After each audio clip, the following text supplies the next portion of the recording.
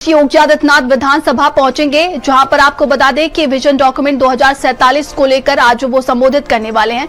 चलिए आगे बढ़ते हैं। विधानसभा सत्र के दौरान उस वक्त माहौल गर्म हो गया जब सपा विधायक अताउर रहमान के भाषण के बीच ही बीजेपी विधायक राजेश चौधरी और सौरभ श्रीवास्तव आपस में भिड़ गए। सदन के भीतर पहले बोलने को लेकर, समय तय करने को लेकर शुरू हुई बहस पल भर में झड़प में बदल गई। अताउर रहमान ने अध्यक्ष से हस्तक्षेप की मांग की और बोले कि इन दोनों की लड़ाई बंद कराइए और तंज भी कसा। तत्काल पंकज सिंह ने दोनों को शांत रहने के लिए कहा। आज पूरा उत्तर प्रदेश जानता है कि लॉ एंड ऑर्डर की पोजीशन क्या है। ये लड़ाई इनकी खत्म करा दें। अरे भाई आपने चलिए राजेश जी, सौरभ जी, अपने किसानों की आमदनी दोगुनी, राजेश जी, राजेश चौधरी जी, मेरी आपसे गुजारिश है, राजेश चौधरी जी, मेरी आपसे गुजारिश है कि आप किसानों की आमदनी दुगनी तो कर नहीं, राजेश चौधरी जी, जितनी उनकी थी उतनी ही लौटा दो। आज किसान बहुत परेशान है, किसान बहुत परेशान है, उसकी लागत भी वापस नहीं आ पा रही। अरे भैया ये कागो, इसीलिए हम कह रहे हैं कि विजन डॉक्यूमेंट ये चर्चा मत कराओ। ये आपस में ही लड़ रहे हैं, विजन डॉक्यूमेंट के ऊपर ही लड़ रहे हैं। इन्हीं के लोग कह रहे हैं कि ये झूठा है। आज पूरा उत्तर प्रदेश जानता है कि लॉ एंड ऑर्डर की पोजीशन क्या है। ये लड़ाई इनकी खत्म करा दें। अरे भाई आपने चलिए राजेश जी, सौरभ जी, अपने किसानों की आमदनी दोगुनी, राजेश जी, राजेश चौधरी जी, मेरी आपसे गुजारिश है, राजेश चौधरी जी, मेरी आपसे गुजारिश है कि आप किसानों की आमदनी दुगनी तो कर नहीं, राजेश चौधरी जी, जितनी उनकी थी उतनी ही लौटा दो। आज किसान बहुत परेशान है, किसान बहुत परेशान है, उसकी लागत भी वापस नहीं आ पा रही। अरे भैया ये कागो, इसीलिए हम कह रहे हैं कि विजन डॉक्यूमेंट ये चर्चा मत कराओ। ये आपस में ही लड़ रहे हैं, विजन डॉक्यूमेंट के ऊपर ही लड़ रहे हैं। इन्हीं के लोग कह रहे हैं कि ये झूठा है। आज पूरा उत्तर प्रदेश जानता है कि लॉ एंड ऑर्डर की पोजीशन। अलग अलग तस्वीरें हम आपको दिखा रहे हैं। लगातार 24 घंटे तक ये कार्यवाही चलेगी। वैसे बता दें कि विधानसभा की कार्यवाही में रात भर हंगामा चलता रहा।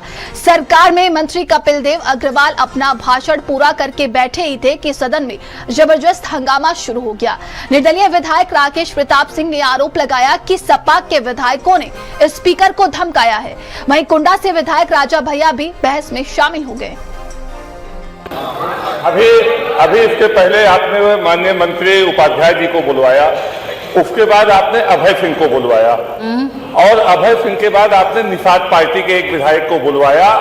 तो सपा के एक विधायक जी जाके आपकी पीठ तक कहा कि आपने उधर 3 बुलवाया, इधर 2 बुलवाइए, नहीं तो बवाल किया जाएगा। पीठ को धमकी दी गई। मैं केवल, आप चुप रहिए और बदतमीजी मत करिए। आप बवाल कर सकते हैं तो बवाल हम भी कर सकते हैं। मैं धमकी मत करिए, धमकी मत दीजिए। धमकी का जवाब धमकी से दिया जाएगा। धमकी मत दीजिए, धमकी का जवाब धमकी से दिया जाएगा। धमकी का जवाब धमकी से दिया जाएगा। बहन जी, माननीय अधिष्ठाता महोदय, मैं व्यवस्था का प्रश्न उठा रहा हूं।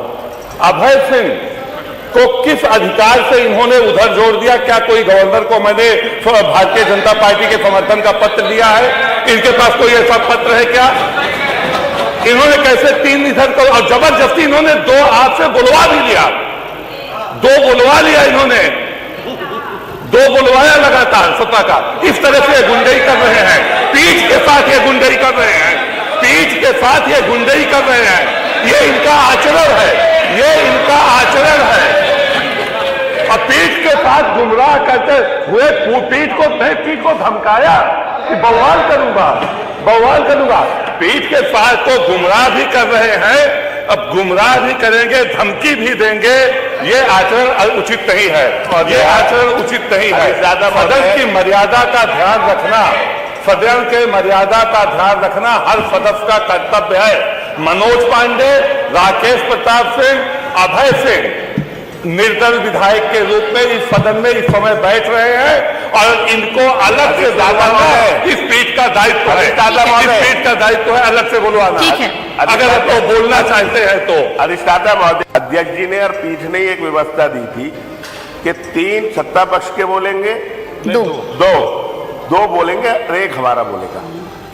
आपने किस व्यवस्था से बुलाया वो इन्हें दे, इन्हें जवाब पीठ से लेना चाहिए। आपका आदेश था, हमारा बोला। 2 बुला दिया आपकी तरफ के। 2 आपने बुला दिया, हो गया। अब इन्हें कहाँ रखना है, किस जगह बिठाना है, ये तो आपका अधिकार है। आप इन्हें जहाँ रखना अब अच्छी जगह सम्मान ये इस तरह से कोई अंदाज नहीं।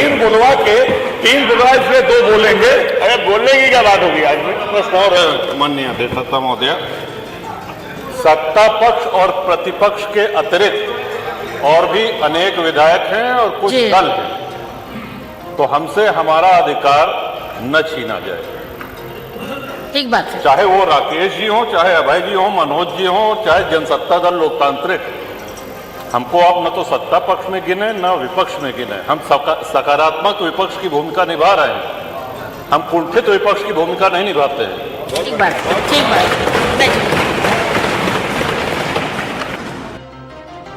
और सदन की कार्यवाही लगातार चली है, लेकिन ऐसे भी चलिए आगे बढ़ते हैं।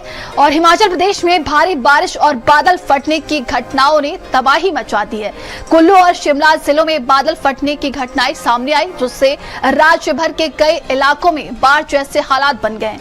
जनजीवन बुरी तरीके से प्रभावित हुआ है, कई पुल बह गए हैं और 325 से अधिक सड़कों को बंद करना पड़ा है। ये तस्वीरें हम आपको दिखा रहे हैं, हिमाचल प्रदेश की तस्वीरें हैं, जहां पर देखिए बादल फटने की वजह से बाढ़ जैसे हालात बन गए हैं। स्थितियां बहुत गंभीर हो चुकी हैं। कई जिलों में देखा जा रहा है कि मौसम विभाग की तरफ से अभी भी अलर्ट जारी कर दिया गया है भारी बारिश को लेकर, और लगातार बारिश की वजह से कई समस्याएं उत्पन्न हो रही हैं। लोगों के घरों में पानी भर गया है, जिससे राहत बचाव कार्य भी प्रशासन की तरफ से जारी है। कहा जा रहा है कि 325 सड़कें बंद हो चुकी हैं। खाने पीने की व्यवस्था को लेकर प्रशासन की तरफ से मदद दिया जा रहा है, लेकिन कई जगहों पर देखिए आम जनजीवन पूरी तरीके से अस्त व्यस्त हो चुका है। लोग अपने घरों में कैद हो चुके हैं इस भारी बारिश के चलते। तो हिमाचल प्रदेश की ये तस्वीरें हम आपको दिखा रहे हैं, जहां पर तेज बहाव ये नदियों का आप देख सकते हैं और लगातार जलस्तर भी बढ़ रहा है, जिसकी वजह से वहां के लोगों को, आसपास के लोगों को अलर्ट कर दिया गया है। मौसम विभाग ने एक बार फिर से पूर्वानुमान जारी किया है भारी बारिश को लेकर। ऐसे में सभी को चेताया गया है, लेकिन ये तेज बहाव आप देख सकते हैं, जिसकी वजह से कई पुल भी बह गए हैं। आवागमन पूरी तरीके से ठप हो गया है और 325 सड़कें बंद कर दी गई हैं, क्योंकि भारी बारिश के चलते देखा जा रहा है कि जो कई सड़कें हैं, पुलें हैं, वो नदियों में डूब चुके हैं। और स्थितियाँ ऐसी है कि यहाँ पर लोग घरों में कैद रहने के लिए मजबूर हो गए हैं। वहीं प्रशासन की तरफ से जहां पर बाढ़ जैसी स्थितियां हैं, राहत बचाव कार्य जारी है, लोगों की मदद की जा रही है, दूसरों स्थानों पर पहुंचाया जा रहा है। ये तस्वीरें हम आपको हिमाचल प्रदेश की दिखा रहे हैं और भारी बारिश के चलते देखिए किस तरह ये नदियों का बहाव देखने को मिल रहा है।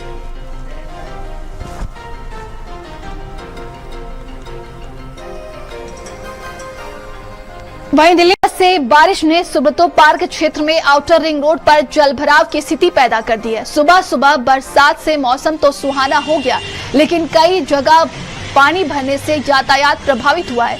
सुब्रतो पार्क के पास वाहनों की लंबी कतारें लग गई और लोगों को दफ्तर व स्कूल पहुंचने में परेशानी झेलनी पड़ी। स्थानीय लोगों का कहना है कि हर बारिश के बाद यहां जलभराव आम समस्या बन गई है, लेकिन स्थायी समाधान अब तक नहीं किया गया। यातायात पुलिस ने जाम हटाने के प्रयास शुरू कर दिए हैं। तो दिल्ली की ये तस्वीरें हम आपको दिखा रहे हैं। देखिए सड़कें जलमग्न हो गई हैं। ऐसे में आवागमन कई जगहों पर ठप हो चुका है, लेकिन इसी जलभराव में कई जगहों पर आवागमन शुरू हो गया है और लोगों का कहना है कि हर साल यही स्थितियां रहती है, लेकिन कुछ भी बदलाव नहीं होता है। ये बड़ी लापरवाही का भी नतीजा है। तस्वीरों में आप देख रहे हैं भारी बारिश के चलते मौसम तो सुहाना हो गया है, लोगों को उमस भरी गर्मी से राहत तो मिली है, लेकिन ये समस्याएं भी देखने को मिल रही है। जगह जगह पर जलभराव की समस्या देखने को मिली है, जिससे आने जाने वाले लोगों को काफी परेशानियों का सामना करना पड़ रहा है।